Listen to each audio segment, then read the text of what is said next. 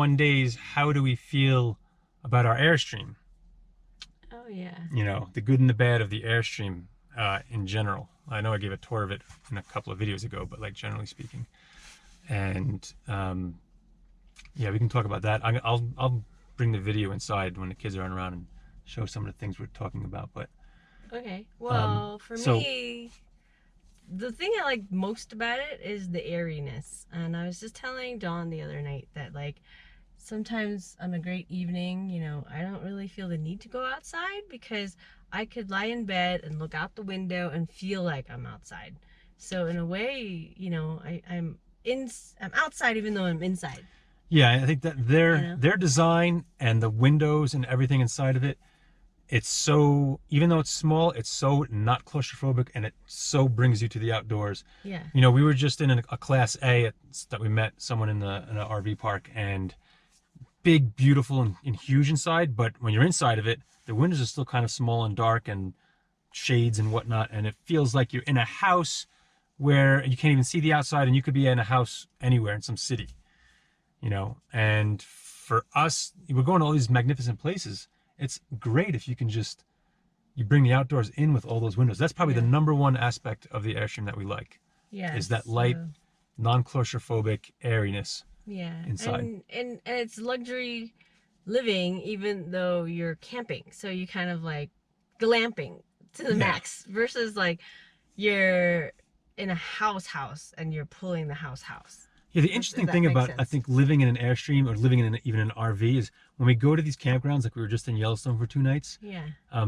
Again, everything comes down to your perspective and how you view things, and are you positive or negative on certain things. And with an RV, when we go into the campground, we look at like it's time to go to bed, and we see all these other people, and it's getting cold out, and they're crawling into these little tents. And you look at them and like, oh my God, I'm so grateful and happy that we have this Airstream. Yeah, we're gonna go in our Airstream. We have air conditioning and heat. We have a queen size bed, and like look at these people. And I know, I'm spoiled now. Yeah, but I when can't go back to tents. But it's interesting because when though... you're comparing yourself to the person in the tent, if no matter how small the Airstream, whatever, it feels like the Ritz-Carlton, you know, as opposed to, I guess, if I park my Airstream next to some person in a mansion, I'd probably be like, oh my God, this is terrible. Well, it's all relative. It's all relative. That's right. Because you said the same thing. Like when we were at, you know, Yellowstone for 2 nights, our battery died like the second night, and we didn't have heat, and we were trying to conserve electricity and water.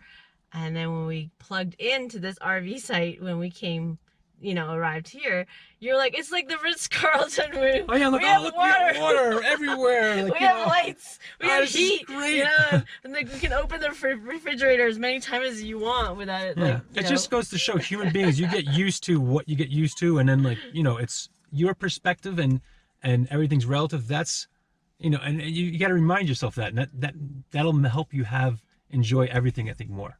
Yeah. Be positive about like what you do have, and instead of like, you know, we weren't sitting in that campground going, this absolutely sucks. We're out of heat now. Like I'm miserable. Like, no, it was well, look, it's beautiful out here, and we have this other stuff. So yeah. Well, we knew we were only there for 2 nights, so it was okay to put up with none of that. And let's see what else. The Airstream, as far as space goes, even though it's small, the space is so well done that we have not run out of storage. Yeah, like we have some space left, and we've even collected some items on the way that we could probably throw out now. Like there's stuff that we don't use as much, but we haven't done like that spring cleaning. So, but there has been no instance where, whoa, we really need to have this or that or this, but we can't get it because we just don't have the space. We haven't run out of space. We don't really, you know. Yeah, the kids have way too many toys. Yeah, they have tons of toys in there. Like so the space has been wonderful. We love that about the Airstream. They really are smart about their space. The convection / air fryer / oven. We love that thing. Bakes and air fries and does all that stuff. Microwave. Microwave, yeah. And that thing saves space because instead of having the regular oven, we get drawer space. So. And I've learned to make cookies, so that's good. You make cookies in there. The oven now. Yep. So yeah, that's been really good. It tows beautifully. Okay. I love it because it tows so nicely. Like it's just. Yeah, I don't drive, so. Yeah. It tows really nicely. You know, it's not heavy. It's just, you know, and it looks great. Well, things I don't like about it are just nitpicky things, I think. Yeah. I mean, we talked about, well, what are we gonna say? What do we don't like about it? And let's be honest, we love it. Wouldn't change it for any other trailer right now with where we are and what we're doing. So there's things that we can list here that we don't like are really trivial, nitpicky things that, Number one on the list for me is the door. the door. Yeah. The door. The door drives me crazy because I feel like I have to slam it in order to shut it. Yeah. And I hate slamming doors, especially when the kids are sleeping. And that's not, it just needs adjustment, I think, again, but and we're going to try to get it fixed when we're in California in one spot for like a month or so and try to get it to close nicely. But I don't know about other Airstream owners out there, if you want to comment, but ours, you have to, really push on it or slam it to get it to latch. Yeah, and at night when we lock the doors and we're in there, John has to do it because I can't do it without having to slam it and the kids are asleep. So he has to pull on it to latch it lock. And so that's kind of annoying. Yeah. But that's something that maybe can be fixed. The next thing is the thermostats. This is a dual zone Airstream. So there's two ACs with two temperature gauges and two controls. And I don't have a problem with having two units, but the temperature gauges are completely, one reads 75 and the other one reads 70. And they tell me, oh, because that's in this other room. Like, it's not a whole different climatic zone. I'm not like, over here is the tundra, and then over here is the Sahara, like 5 feet away. Like, give me a break. And so you have to understand where your temperature gauges exist and then adjust each zone accordingly, and which is kind of a pain in the ass.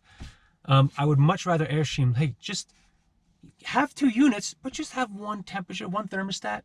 And, and let me decide if do I want to run both or not both, but like, there's just one thermostat. I don't need to, have a different temperature. I'm never going to be able to have a different temperature in the bedroom as the living room.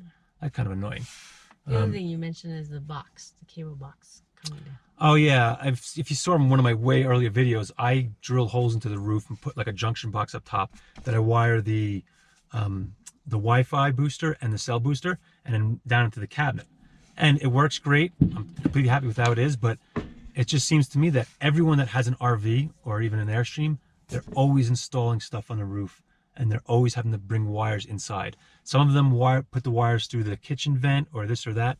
And I'm like, if people are always doing this and it's such a common thing, why can't Airstream have a pre-drilled holes in the roof that's already sealed up with a nice, factory installed junction box up there that goes into, say, the cabinet space or some other obvious place with some conduits, and that you can just then wire anything you want up there without having to drill holes and this or that. I mean, that just seems smart, cheap, and easy to do, in the factory. So it would be nice if they did that. The other thing that would be nice if they did is the TVs. The TVs. We don't use the TVs at all. I did use them a little bit before we started full timing, just to watch some football because I didn't have a TV in the house we were renting. But we don't use it because we don't want the kids to want to use it. Yeah, we don't want the kids to use it. I just tell them it's broken. Yeah, it isn't. Exactly. But there's 3 TVs. There's one in the master bedroom, by the dinette, and then in the bunk bed area. And they're all the exact same Samsung TV. And the issue is they all use the exact same IR code on the remote, and you can't change it. I looked it up, you can't change it. So if you're sitting like by the dinette and you go and turn the TV on or change the channel and you're pointing it at it, and the beam can also hit the TV that's in the bunk bedroom, you could end up turning on the TV in the other room as well, or turning it off. Like, it's just so stupid. Like, I don't want my remote to control all 3 TVs. So, the solution there is, well, just buy a different model, Samsung or something like Airstream. You can just do something. I mean, this is the year 2019. You can't tell me that I can't have 2 TVs, that are adjacent to each other, and one remote controls one and a different one controls the other. So there's a mosquito in here. Is there? Oh, he is. He's inside here. Look, he's right. In here. No, he's over. No, get him. Oh, nice. You're gonna want one of these rackets. Telling you. Other nitpicky things. Oh, I can smell it now. It smells. Oh yeah, it smells like burnt electric dead mosquito. Other things we don't like. Well, nitpicky things now. Yeah, no, like nitpicky. I think. Okay, so this is really nitpicky, but we have to put in like the suction toilet paper holder, the suction little shelves that falls down all the time, like in the bathrooms. Like, couldn't you just? Everyone needs a toilet paper holder. Just put one in there and have it screwed in, or a couple of RV style shelves for like, you know, above the sink. You know, you don't have to go overboard. Just one or two, Yeah. and that would help. Like a towel rack, you know. We had a section one that fell off, so now I just use like I mean, I a could hook screw one or in too, though, something. myself. Yeah, but I mean, Yeah. come on. Those are the common things that The people flip side, use. though, is that by not doing that, they do afford us the ability to go in and choose the shelving that we might want and screw it in if we do want it, or, you know. Yeah, but just I would say one or two. Right. And then the other nitpicky thing is if you notice on the seats in the dinette set, there's a groove that kind of makes aesthetically it looks nicer on the seat and on the back side. Now the back side is fine because you don't get crumbs in there. But on the seat there's a groove that goes all throughout the seating. And let me just tell you how much of a pain it is to get the crumbs out of those grooves. So I'm like having to like pry it open and suction it each time because the kids get crumbs all over. And I think even without kids, you still get crumbs in there. Yeah. It's where you sit and eat. So, I mean, it looks good, but practically speaking for cleaning, it's not good. So. And let's see, one last nitpicky thing. The master power switch to turn off all the power in the Airstream, and also the two switches for the outdoor lights are, you know, right by the front door, and they place them like this far off the ground, which I can only surmise that the reason they do that is so that you can actually open the door, step out, stand on the ground, and a short person could still reach in from standing on the ground and flip those switches. Now, I've never needed to do that while I'm standing outside, so I don't, you know, really care about that. But the issue is, again, with a 1-year-old and a 3-year-old, is now you have the switches down there where they can reach it. And no parent wants their kids to have the switch. And especially the one is the master power switch, like to turn off all the power. And granted, it's not too much of an issue anymore because we have spent the past 101 days training Logan. Don't touch that switch. Don't touch that switch. He does it. Otherwise, he's flipping it off, but just put those switches up where a normal human being would be and not a 1-year-old, you know? Like, it's not like I'm going to, you know, I can turn them on and off. And then the other nitpicky thing that you mentioned was the little shade over the vent. You know. Oh, yeah. So you can there's blackout curtains and everything, and there's blackout shades over the skylight and the fantastic vent in the bunk area. But the one vent area out in the living space does not have a shade. It's the only window or thing in the whole Airstream that doesn't have a shade. I can't figure out why. I can only think that, well, they thought maybe no one's sleeping out here, but they do have a dinette that converts into a bedroom. But like, why? Why did you know?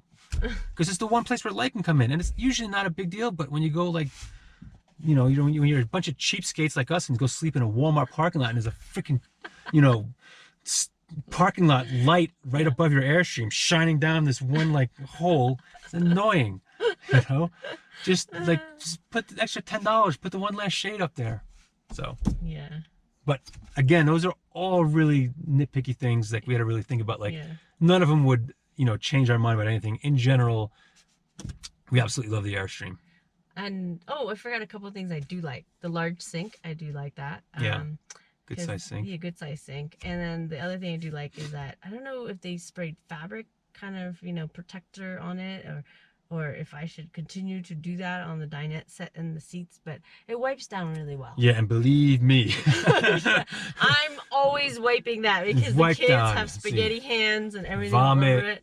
blood, milk, spaghetti, milk, like you name it, it's been on there. Yeah, and it all comes off. Wine, most of it comes off. Most of it, and it cleans up really easily. Pens, whatever. But I should look that up if they put a Scotch guard on it or something. I don't know, but I like to continue to have that, and I hope it doesn't wear down. So anyway, that's about it. Yeah. Let's go inside where there's no mosquitoes. Yep. Bye.